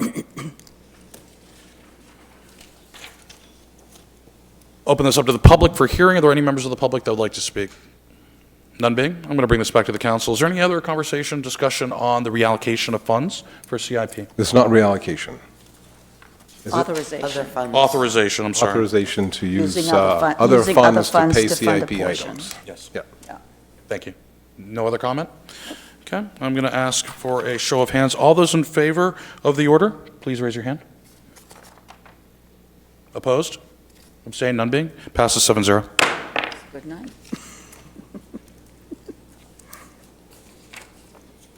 Okay, next, a slightly different topic. Under new business, we have order 77-06242019. This is adopting the purpose, composition, terms, and outcomes of a recycling ad hoc committee. I'll entertain a motion at this time. So moved. Second. And a motion from Councilor Fournier, a second from Councilor Zania. Open this up to the public. Is there anybody from the public who would like to comment? None? Bring it back to the council. Council, in your packets, you have all the information. Is there any other questions or debate on this? Either the formulation of such, which was passed and past council resolve, or the makeup and conditions of the ad hoc committee, or the council committee? Good. Good? Yep. Councilor Titus? Yeah, my only question was the timing. Again, we had talked about first reporting in September? Correct. And then again in December. So I'm not sure if that's even enough time to give, but I'm a little nervous about that. However, I do agree with the the bullet points of what they want to accomplish, although costs are in there. Just want to make sure that they compare the cost to mill rate somehow before they make a report. What if it's going to cost so much, this is what it'll cost. But I also was a little bit concerned whether there was enough time for that sort of reporting. Maybe the first reporting is, well, we haven't got much done yet. If that's what you want, that's fine. That's good, though. It's a They can add dipstick. an It's a- extension. Just, it We would. can ask for the extension. Okay. I like the idea of hearing about the progress instead of waiting a whole long time. I Right. like to split it in half. I think. a Well, it's good not going to. check By the time you get the committee up and running, it'll be You know? August. So they may have 2 meetings. Maybe they could have 4. It's good. See if they can I get it don't going. think that's a bad thing. Okay. Well, and is I there think any- it's important to realize that it is included in here that we're looking at 6 months, but with the option for another 6 months. Because I do think, especially if we want to marshal the forces of both Bates students, but also high school students in this, that we'll need to be able to have that time. And I will say, I attended a presentation of current events class at Edward Little High School last week. I think assistant city manager, chiefs were there, city manager, and there was one group of students who did a deep, deep dive into recycling. So the information they have is not only timely now, but it's going to be timely for this new committee. I did extend an invitation for them to be part of this work. So we have their contact information, and we'll reach out to them next year. They were underclassmen, so hopefully they can bring some of that knowledge and that skill set to bear. Okay. Any other comments? No? I'm going to ask for a vote. All those in favor of the order 77-06242019, please raise your hand. Opposed? Abstain? None being. Order is approved by a vote of 7-0. Can I go on reports now? Yes, Mr. Titus? absolutely. Okay, thank you. It's next. Start off with the reports, mayor's report. There's a lot going on in the city. I'm not going to bore everyone with all the meetings I've attended and kids I've seen, and there's a lot of great stuff going on. I got to tell you, there's certain times where busting with pride on the city of Auburn and looking at what we've done, what we're doing. This meeting is one of them, okay? The action that we've taken is some great action. Also, just between the parade, the business-to-business trade show that happened at Norway Savings Bank, which was phenomenally well attended, and just an excitement in the air about the future of commerce in the city and the region was great. I will say I am looking forward to tomorrow night. I'm going to take Councilor Walker's thunder a little bit. He can say it too. Tomorrow night, I'll be speaking along with others about the raising of the bells of St. Louis. It's something that transcends more than just bells from a great Catholic institution, but also talks to a city, a neighborhood, resurgence, revibrance, some wonderful things, wonderful analogies there that can be drawn, and the history is phenomenal. So this, as being the second largest monument in the state of Maine, the largest one south of Skowhegan, I think it's something for us to rally around as a city, especially as a gateway to our community. So I think this is going to be great, and the bells will work, and it'll play any bit of music anybody can think of, and that I think is pretty awesome. So we'll start taking requests based upon the highest contributor. So that's my report. As always, we have another meeting on July 1, which is next Monday. So just so everybody knows, July 1st is the first Monday. We will be having a meeting on the third Monday as well, which is July 15th, so people can plan accordingly on vacation. Thank you. Move on to council. Started with Councilor Young on my left. Yes, I'm back from Albuquerque, New Mexico, where I attended the senior games along with 15,000 other seniors over 50, and came back with a bronze medal in a relay, on a relay team, which a guy from Mississippi and Delaware, Massachusetts, and of course there was 4 of us, and I was from Maine. So we call it sort of a Yankee relay team with one token Southerner. And I also got 8th place in the 5K race walk, where I actually beat the guy that came in first because he was DQ'd. So it's half the battle is showing up to the start line. Always is. That's a good message. Thank you. Councilor Walker. Yes, thank you. I just want to make sure we invite everyone tomorrow night, 5 o'clock, down at the Anniversary Park.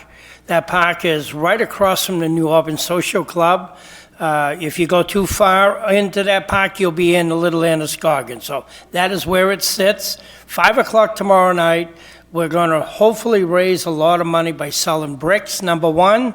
If you've got $1 you want to donate to us, there'll be a box there. We'll accept your change, your dollar bills, your $100 bills, and bigger if you have them.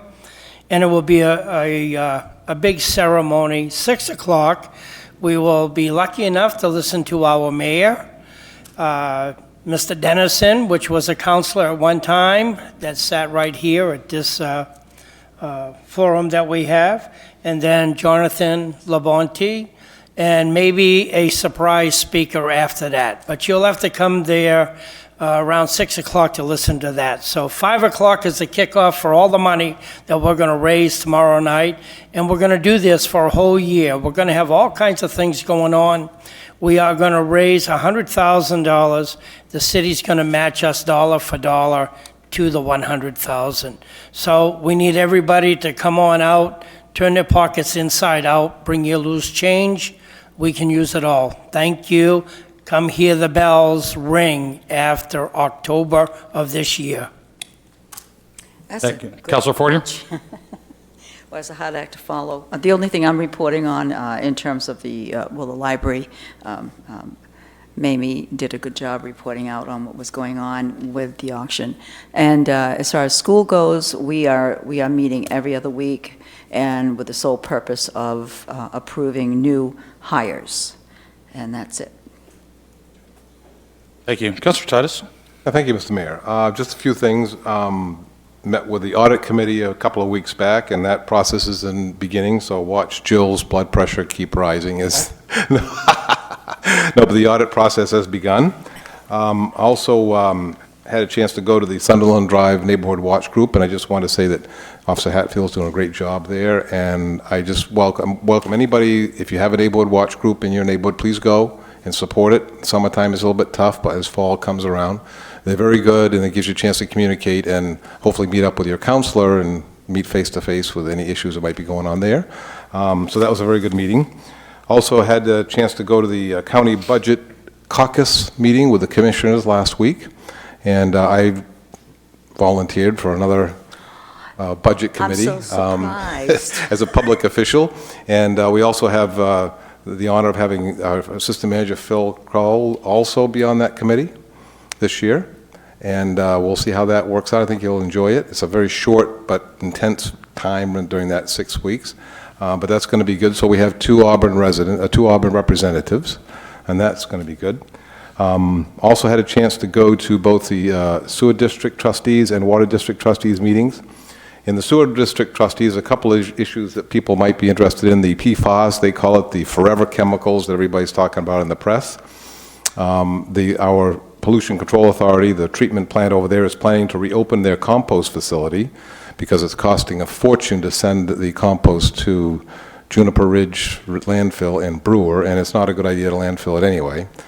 So they are going to be going with a pilot program to compost it before it goes. There's a treatment that they're calling anaerobic digester, and when they do that, they put it in a compost, and then it can be used. But they're hoping it'll test out good.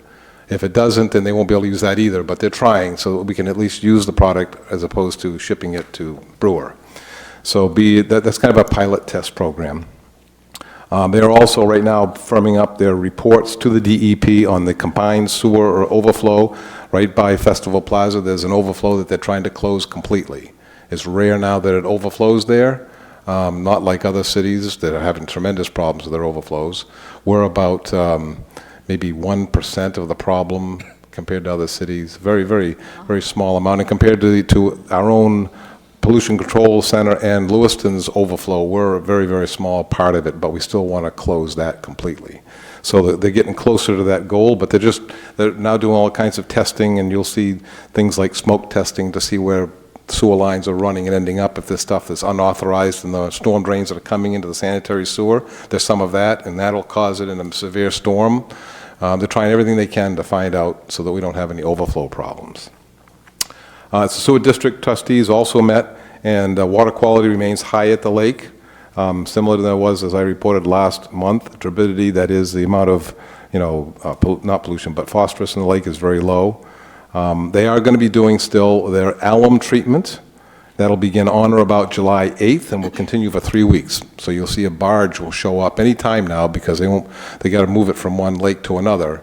But then July 8th is when they're actually going to start the process. And they're only going to do the half of the lake that's away from where the intake of the water supply is. So it's not going to be around the water supply. Right now, they're testing various samples of water and the alum and how it reacts to the water after it's been done, so they can know what amount of alum to use. If you don't remember, alum is just a chemical they put in the water that actually goes around the phosphorus and makes it drop to the bottom of the lake, so it just eliminates it completely. So no swimming in Lake Auburn until this is done? Well, we'll see. That's another story yet to come. The trustees held a workshop on June 5th over and above their regular meetings, and that was very good. This was one of the major topics that we discussed. And the meetings are getting very intense. I want to say that Mary Sylvester is doing a good job as the new president, and she's doing more of these workshops because she's seen that they've been effective for city council, so she thinks that would be useful for other ad hoc or other governmental agencies to use them. So she's using that process. But that's really all that I have. Thank you. Councilor Hayes. I did attend the AVCOG Executive Committee meeting last Wednesday. There is a project going on through the Department of Economic and Community Development at the state level. They're embarking upon a 10-year strategic planning towards coming up with an economic development roadmap. We are fortunate that there's 7 economic development districts, as one being AVCOG, and that actually our executive director, Amy Landry, is part of the 18-member strategic work team, and she was instrumental in actually having the state recognize they should get down to the local level. So actually this Wednesday night, the regional meeting is here in Auburn at the community college, and it's 7:30 to 9:30 to provide an opportunity for local input, which will be considered in developing this strategic plan. The other item, I guess we've all been going by the airport and seeing more activity over by the terminal. And I guess I did have to stop because one plane seemed to have ventured across and now located next to where the Constellations were, which next to what the Roundy property was. So they are, some of these planes, they are essentially taking off equipment, and then just as they do with automobiles, this particular plane will be one that is going to be actually removed to be crushed. But not to be crushed there necessarily, but they had to get it off the pavement because with the number of planes that come in during particularly camp weeks, they just wanted to make sure all pavement was available for actually tying down planes and so forth. So, but there is a lot of activity within that maintenance facility, and even Elite actually had a couple of their aircraft in for actual general maintenance work, so they flew in and flew out. Some of the other ones are flying in but not flying out. Okay, well, thank you very much. Councilor Zania. 3 weeks ago, Rick Whiting led a tour of historical buildings in Auburn, and I participated, and there were about 20 people there, and it was really interesting, and I hope that he continues to do that. There were a number of people who had a lot to say about some of the buildings that they'd lived in, so he did a fantastic job of that. Last week, the school building committee met to celebrate. We had some sparkling cider to celebrate the passage of both of the sparkling cider. That's what it was. I'm not saying anything. To celebrate the passage of the new school building and both of the questions. And they are setting up committees now to move forward, and I think there are 4 of them. The only ones I could remember were athletics, to help advise that, fundraising, and I have to say that Superintendent Grana has been meeting with a consultant so that she can become an effective fundraiser, and they had some interesting ideas. And then the other one is sort of connecting the high school to the community, and I'm going to volunteer to be on that one. We talked about MOUs in terms of use of facilities, and I think it's really important that we make sure that that's a really robust relationship.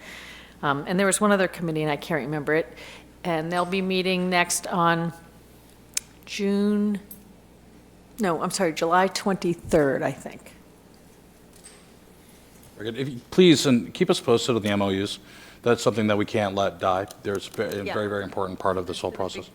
Commitment to that. Yeah, great, thank you. Councilor Gary? Thank you, Mr. Mayor. I was privileged to go to the business trade show up to the Norway Savings. I thought it was an excellent event considering the weather and for our first time there, and I'm anxious to see how we can do similar events. We can possibly do an age-friendly one for next year. I think there was about 80 participants, and from talking with the vendors, they all seemed excited and encouraged by what people stopped by and asked questions. In regards to the Citizen Advisory Committee, when they come up usually with a 5-year tentative plan, I mean, they set the template. Usually it is sent, or a copy is given to the City Council, and as each year moves forward and our budget comes forward, it's updated to where we are based on information from programs that CDBG uses. I mean, the statistics that comes in from that, as well as the social agencies that we give money to. All that data is given back to the CDBG office, and it comes back to the council. Also, when the council looks at our template of what we're trying to accomplish during the 5 years, there's been years where the council's looked at an item and said, well, we'd like to tweak it, and the council changes their goal a little bit. So that, Report? yes, I'm also a member of the Citizen Advisory, so technically I'm adding that as part of a report. So I want to say that there is information, or was information out there from what the good Councilor Titus had requested. In regards to First Auburn senior citizens, we got to get the word out. Due to the 4th of July holiday, there is no First Auburn meeting on July 3rd. If you want to go to the next meeting, which is July 17th, which is the KFC luncheon, you got to call Frank Pippin by July 10th in order to order your dinner with a KFC box lunch for $6. Very good. Thank you very much, Councilor. I'm going to move on to the finance report of this. Councilor Hayes? If I could, just like to give a shout out, thinking of the new high school, thinking of the new Performance Arts Center. Did see Grease Saturday night over at the Public Theater, which was a production, cooperation between the Public Theater in Lewiston, actually with the Brunswick Music Theater. And they did a terrific job, and I'm just excited because that type of production, it would be super within what we're going to have as a performance arts center. What they put on within the Public Theater was really truly a production that you'd see down at Brunswick. And I could just see that coming to Auburn, and look forward to it. They do good jobs. Absolutely. Thank you. I'm going to move it on. Before the finance report, I'm sorry. I'm moving to the city manager report given by Phil today. Thank you, Mr. Mayor. Again, as I mentioned earlier, city manager was very disappointed he was not able to attend, and he will be away for our next meeting. We are working on turning around that agenda. We have a week to turn that around, so we are working on that currently. Just to follow up on Councilor Titus's report regarding LAPCA, the pilot project that he mentioned, just to make sure that everybody's aware, No pilot project will begin unless it's approved by DEP. So that is one of the requirements within that pilot program. The other item was just regarding the rec department. At the last meeting, it was mentioned that the summer camp, that we have turned away students for the summer camp. I met with staff, I had a lot of conversations with staff, I pulled up reports. So I wanted to make sure I gave you an update on that. We have not turned away any students for summer camp. Currently, we have, this is a moving number, 2019, we still have campers that, even though it's just beginning, they are still, some might be coming in late and might be still enrolling. But we currently have 121 participants over the last 4 years that still have an outstanding amount. The staff works very closely with parents who are enrolling their student. We have some parents that are on as low as a $5 a week payment plan. And so those that are on that plan are still paying, and that might take them 2.5 years to pay off their child for going to that. What will end up happening is, as funds are available through CDBG, if they are eligible, then that debt gets washed away. But no student is turned away from summer camp. 2016, we still have one outstanding debt. 2017, 22 at an amount of $11,000. 2018, there's $14,000 still outstanding. And then 2019, as I said, we're just enrolling, so it's $45,000, almost $46,000, but that will be paid off throughout the summer as payments are made. We have 3,676 individuals that participate in our rec programs. Again, individuals are not turned away. Of that, 1,749 are within our youth programs. 1,096 participated in our adult programs, and 831 participated in our seniors program. So I want to make sure we talked about it at the last meeting, and I didn't want the public to believe that we were turning away people, but I do believe we have counselors that have made it a priority for CDBG funding for our rec program at summer camp. That's important. We need to make sure we continue to do that, and that helps reduce some of that, because some of those amounts that are part of the payment plan have been reduced because of their financial situation. So the state strategic planning that Councilor Hayes mentioned, our economic developer, Michael Chamings, participated in the state meeting on the last week and was able to be involved in that process. I'll also be attending the meeting on the 26th, and will represent Auburn for the meeting at the Central Maine Community College. And that's it. Great. I'm going to turn this over to the Finance Director report by Ms. Eastman. I provided you with the May 31st report. We are now almost at the end of this fiscal year. At the end of May, our revenues were at 95.59%, which is above the 91.7% that we would expect.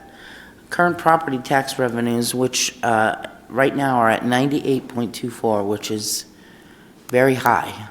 It's a very good collection rate. Normally, we have about that rate after 2 months after the fiscal year ends. And so we're already there. So I'm pretty impressed with that. I think the word's getting out that we're collecting and we're doing what we have to do that. Excise tax is already over my estimate for this, so at the end of May, so anything we collect in June will add to that. Revenue sharing is right where it should be. Good. It will. And Yeah. expenditures were a little bit under, they're at 90.36% at the end of May. So, Very good. Councilor Titus? Thank you very much, Mayor. I just have a couple of quick questions.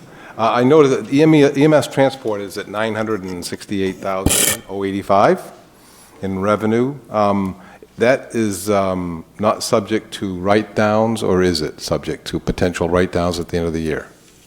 We're not gonna have to write down any, because we've been, We've been doing it, so that number will hold. We'll, at the should hold, yeah. 13th statement so-called, but we'll not have any write-downs showing anything against this. Okay. Right. Cool. The other question related to EMS transport, I noticed Medicare, the new charges from May, they seemed a lot higher than normal, 164,056 in new charges, but then I also noticed the adjustments were extremely high as well. 106,000 of that was adjusted out. And I guess I was questioning, because I was looking at our Medicare year-to-date and looking at the various months, and nothing has been over 130,000. And total adjustments that I see year-to-date were 34, so I guess I'm a little confused. Something happened with Medicare that we're not aware of this month or We May? had 207 transports in the month of May that were Medicare, Wow. which is higher, That's- the highest prior to that was in the 160s, so that in of itself, there were more billed out, so. And it looks like the percentage, 106,000 adjusted out, which I know what that adjustment means, that's just, we're not going, no, We're not gonna get that, No reason right. to bill When for it, so- When we accept Medicare, we have to take what Medicare pays okay, us. so that just shows 164,000 was billed, we got 59,000 of it. And if that continues, that's got something to watch when it comes to Medicaid, Medicare, and all those. We can't control how much we get. We can bill all we want to, but we can't control how much we get, so. Anybody wonders why their private health insurance costs so much? Government reimbursement rates are definitely a key indicator. Well, there we go. They have to make up, the providers have to make up for it somehow. They do. Thank you very much, that's all I had. Very good. I'm going to now entertain a motion to accept and place on file the May 2019 monthly finance report. So moved. Second. Seconded. I have a motion from Councilor Forney, a second from Councilor Hayes. All those in favor of accepting the finance report for the month of May? Opposed? Abstained? None being. By a vote of 7-0, we have accepted the finance report. Now we have our last open session of the evening. Any members of the public that would like to speak to the council about any issue directly related to city business, which is not on this agenda, I ask you state your name and address, and please limit your comments to 3 minutes. Anyone? None? Okay. I'll now close the open session. We do have an executive session tonight, a brief one, to discuss economic development pursuant to 1 MRSA Section 405. Do I have a motion? So moved. Second. Motion from Councilor Fournier and a second from Councilor Walker. All those in favor? Opposed? Abstained? None being. 7-0, we now stand in executive session. This is it. I'm sorry.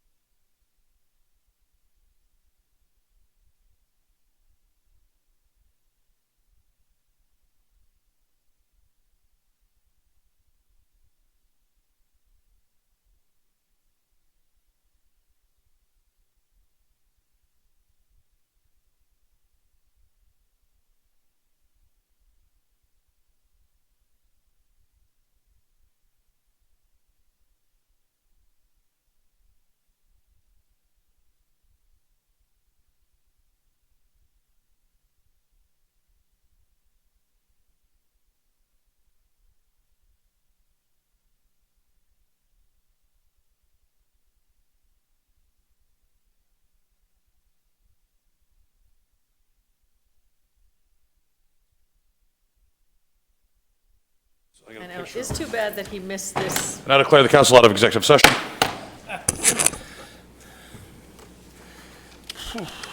Well, there's only one thing left on the agenda. At this point, I'm going to entertain a motion to adjourn. So Motion, moved. second. Got a motion and a second on the motion. All those in favor by voice vote, say aye. Aye. Opposed, abstain, none. We now stand adjourned. Thank you very much. 8:06.